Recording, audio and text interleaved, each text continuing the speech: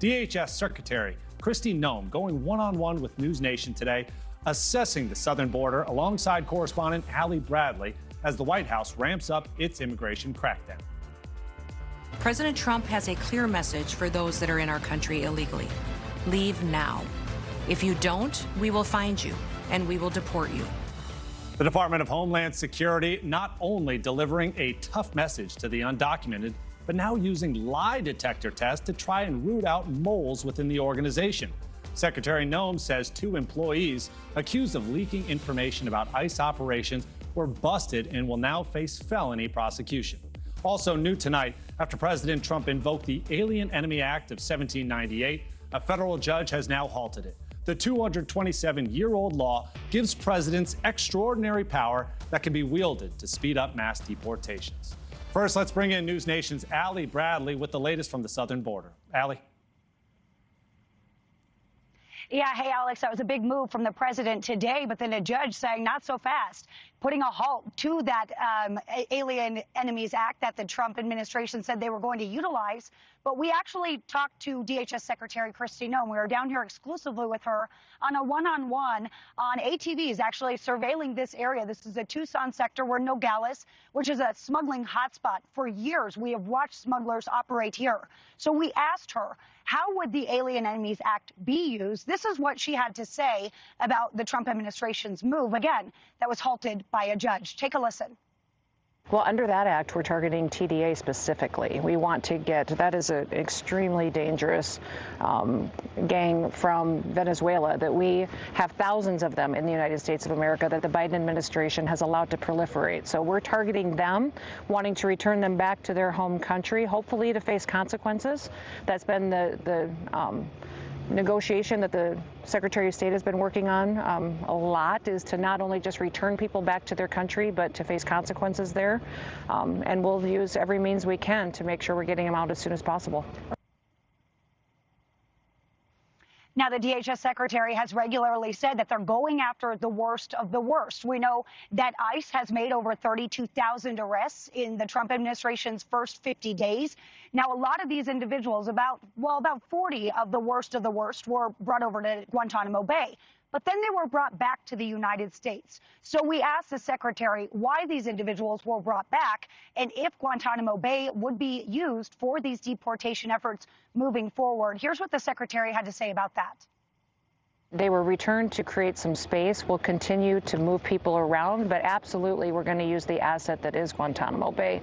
We've got a lot of facilities there, a lot of capacity there, and we're going to continue to use it, especially for these individuals that are so dangerous. So, we have other opportunities as well for other locations. It's not always the wisest to telegraph every tool that we're going to be going after and utilizing, but Guantanamo Bay is a key to making sure that we have the detention facilities we need for these dangerous individuals. Now, when it comes to why the secretary was down here, she actually went to the port of entry that's just over my shoulder here that has historically over the last 4 years been one of the hot spots for fentanyl seizures. The secretary saying that fentanyl has been found trying to be smuggled across that port in watermelons, in different methods. So she was down here seeing what efforts are being made to tamp down on those smuggling efforts from the criminal cartel. So that was just one reason why she was down here. And again, Alex, we have seen the smugglers operate on this hill for years, sending people across the border illegally. We went down on these ATVs and we were able to see where those holes are now filled in. They have built the wall. This is pretty well fortified down here in Nogales. So we haven't seen much activity at all. The Mexican federales, they were actually over surveilling, kind of doing mirror patrols as well today. So we haven't seen anybody jump the wall or breach the barrier on this side. So right now, she's saying that agents are able to do their job again, Alex. Allie, we've been talking a lot about the newly revamped CBP Home app and the self-proclaimed self-deportation feature, which allows undocumented immigrants to essentially tell the government, hey, I'm going to leave the United States. Did you get a chance to ask Secretary Noem about that and whether or not she realistically thinks it's going to be used? Yeah, you'll remember that the CBP Home app, it was once the CBP One app, something that was pretty controversial under the Biden administration that allowed more than 500,000 individuals to come straight into a port of entry and essentially seek asylum and be let into our country with a court date later on. The Trump administration was very clear they were going to put an end to that. On day one, they did. So now it's been repurposed as CBP Home, which does have that self-deportation option for people that have crossed into the United States. The secretary encouraging individuals to use it. We asked her if she's seeing individuals use it and how many of those individuals are, and if she believes it's successful. Take a listen. It's pretty interesting here. It's building momentum all the time, and we're continuing to educate the public about it. But yeah, it's, the last I checked a few days ago, it was getting, it's hundreds and hundreds. I'm not sure if we're over thousands and thousands now, but every day as people recognize that there are criminal penalties for overstaying, especially after you have final removal orders. There's also financial penalties. For every day that you're here for a final removal order, it could be $700 a day penalty. So if someone has been here for years, past the date of their final removal order, it could be tens of thousands, hundreds of thousands of dollars, and that's a consequence they could face if they don't self-deport. Is that new, or is that under Title That's VIII always already? been in place, but it's got the potential to be enforced.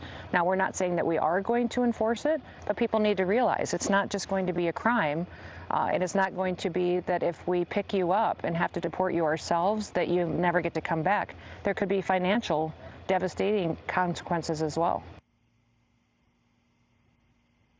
Now, Alex, the morale has completely shifted down here in the Tucson sector. Border Patrol Chief Mike Banks was also down here accompanying the DHS secretary, kind of having conversations with the agents here on the ground. He said, we're going to utilize every tool necessary to continue to secure the border and to continue to get those agents into the field so they can stop anybody who's trying to come into the country illegally. Again, the administration trying to give people the opportunity to leave on their own and then come back in a legal manner instead of being rounded up to be removed. Allie, earlier you told me about a recent assault that happened on a border agent. Can you tell us exactly what happened there, how that's impacted the border itself? I understand it's more lockdown. And then beyond that, how the cartel is responding. I remember you saying it seems as if they're growing more and more desperate. Yeah, I mean, the desperation comes because Congress has said they're a $13 billion a year industry moving people into the country illegally, right? So DHS gave us some numbers, our sources did, saying on average this month, they're only seeing about 244 encounters across the entire southern border. That's 9 sectors. 2 days this month, they only saw 184 people. So they're just not seeing that money anymore. The cartel is not making that money. So agents are unfortunately having more interactions with kind of violent illegal immigrants. Last night, sources say that an agent had an altercation with an illegal immigrant where they actually kind of got not violent with each other, but the agent did pull out his baton, and that illegal immigrant was able to get that baton away from him and run back over to Mexico. And so we asked the secretary if there are more dangers for the agents right now, if there's more concern surrounding them and that desperation coming from the cartels. Take a listen to what she had to say about that. What I would say is that they're getting more desperate. They recognize that we're enforcing our federal laws, that we're not letting people just walk across the border anymore. As you can see, we mean business. You know, we are building a wall, we are securing our borders, and that we're not going to let this illegal activity continue. So yes, absolutely, our agents are in danger, but they're also happier because they get to do their jobs. So, yeah, they get to do their job. And Alex, it's kind of funny because I asked my sources who give me data and have for the last 4 years. When we started seeing these numbers as low as they are, I said, are you messing with me? Is this a joke? Because they're so low. And he said, no, this is how it's supposed to be, right? So we haven't seen numbers like this since the 1960s down here. So agents are back in the field. They are stopping the people who are trying to come in illegally. And that's why Border Patrol has been around for 100 years, because they have seen people trying to come in, but they've been able to stop them, right? They're not processing thousands of people crossing the border right now. Thanks for watching. Go to joinnn.com to find News Nation on your screen. And don't forget to click the red subscribe button below to get more of News Nation's fact-driven, unbiased coverage.